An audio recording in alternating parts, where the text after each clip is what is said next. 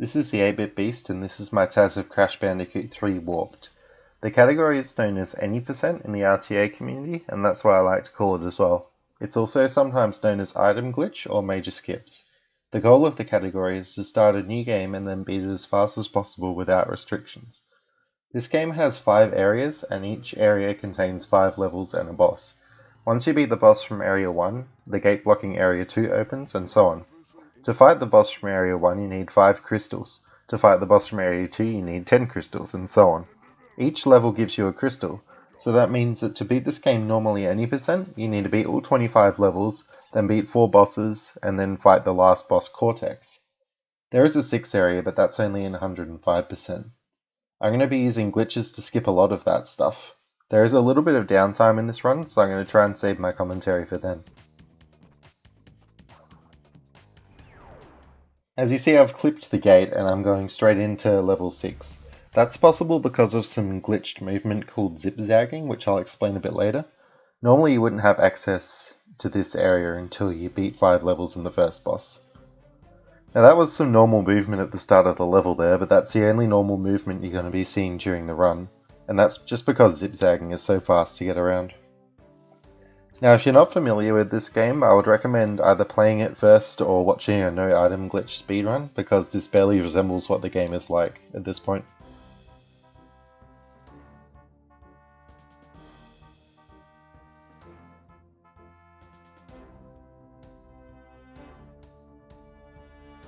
Now you might notice that I'm hitting a lot of boxes, and it doesn't seem like I'm doing the most optimal route to get to the end of the level, especially since I just went to the bonus stage. There is a good reason for that. When you bounce on several enemies in a row in this game, you start getting rewards. For example, if you bounce on 2 enemies in a row without touching the ground, you get a Wumpa Fruit, and if you bounce on 5, you get an extra life, and there are a few other rewards like that. But if you bounce on 100 or more in a row, you actually start getting unintended items as the rewards. And if you bounce on 200 or more, you actually start getting crystals, which is what we need to beat this game any percent. Using these boxes, I can build up my jump counter, or combo counter, and build that up to 200. But hitting the boxes doesn't actually give you the rewards, so I didn't get any of the Wumpa Fruit or extra lives.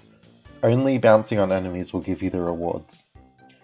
So I'm going to use these boxes to chain jumps until I get to 200 jumps, and then I'm going to start bouncing on enemies to get crystals as the rewards. I'm using this arrow box as my primary source of bounces to get up to 200, but I have bounced on a lot of the wooden boxes as well, and that's simply because they bounce you less high, so it's just quicker than bouncing on this arrow box, and also they're on the way to the arrow box as well. It is possible to chain your jump counter, so even if you touch the ground, it's still possible not to lose your combo. And you only lose the combo if Crash enters the walking animation.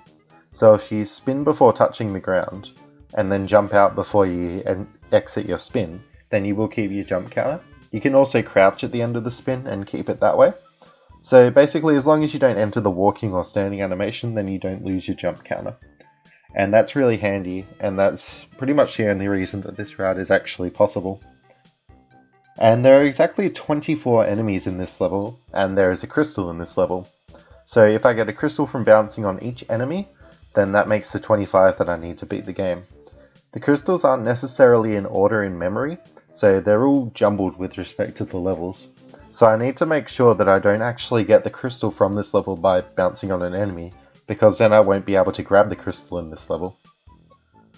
And I'd only get 24 and I wouldn't be able to beat the game. You might also notice that I turned off the sound effects, and that skips some cutscenes at the start of the level, those blue vortex ones where a character talks to you. It saves 5 seconds over the run. Unfortunately, it does make it a little bit less entertaining, but I like it because you can hear the music and it's faster, and I don't like losing times in my TASs if I can help it. So that's why I have the sound effects off. I'm going to have to go back to the start of this level because that's where the enemies are. I did consider doing a route with a death warp, but it ended up being slower because you have to backtrack to the end anyway. So I'm almost going to hit 200 boxes here. I had about 180 jumps leaving the bonus stage, and I'm getting the rest on these wooden boxes because it's faster. That's the last 2 there, and I'm going to start jumping on enemies now. So as I said before, I shouldn't get the crystal from this level by jumping on enemies, and that happens on the 215th jump.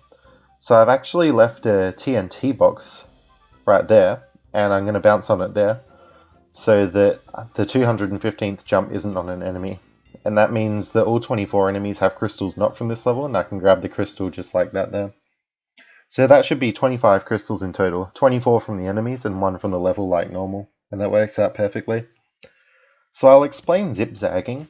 What happens with Zip Zagging is you press up left on the analog stick, then down right, and you alternate that really fast. In fact, you alternate it every frame, and that's 60 times a second.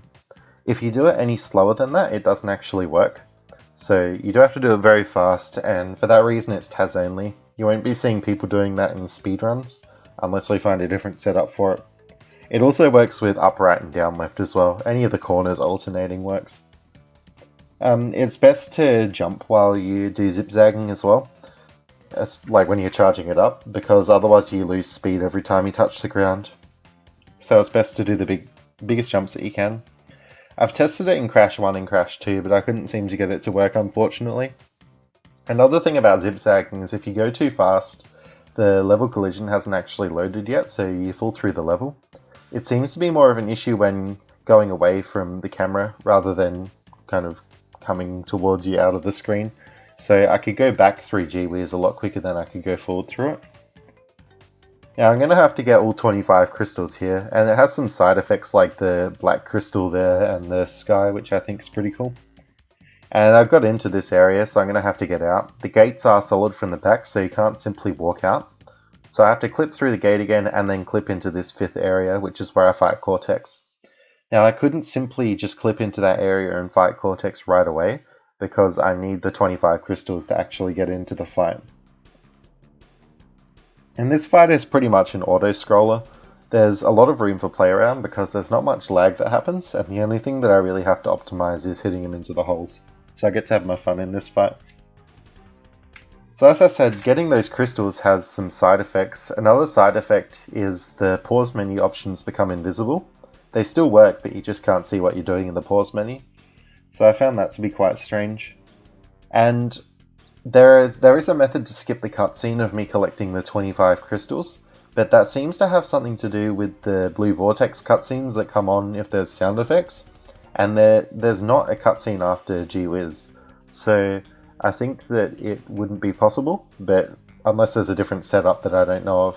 But as far as I know, it's tied to those cutscenes, so I couldn't get that skip. And I've only ever seen that skip happen after a boss as well, not in a normal level. There's another side effect of clipping through the gates as well. In this game, when you beat a boss, you get a power, and when you clip through the gates, sometimes you get powers. And it's very strange. I clipped through the 2nd gate, and I got the ground pound, which usually you get from beating the first boss, which opens the 2nd gate. So that must have something to do with it. But I've clipped through the 5th gate, and I don't have all the powers.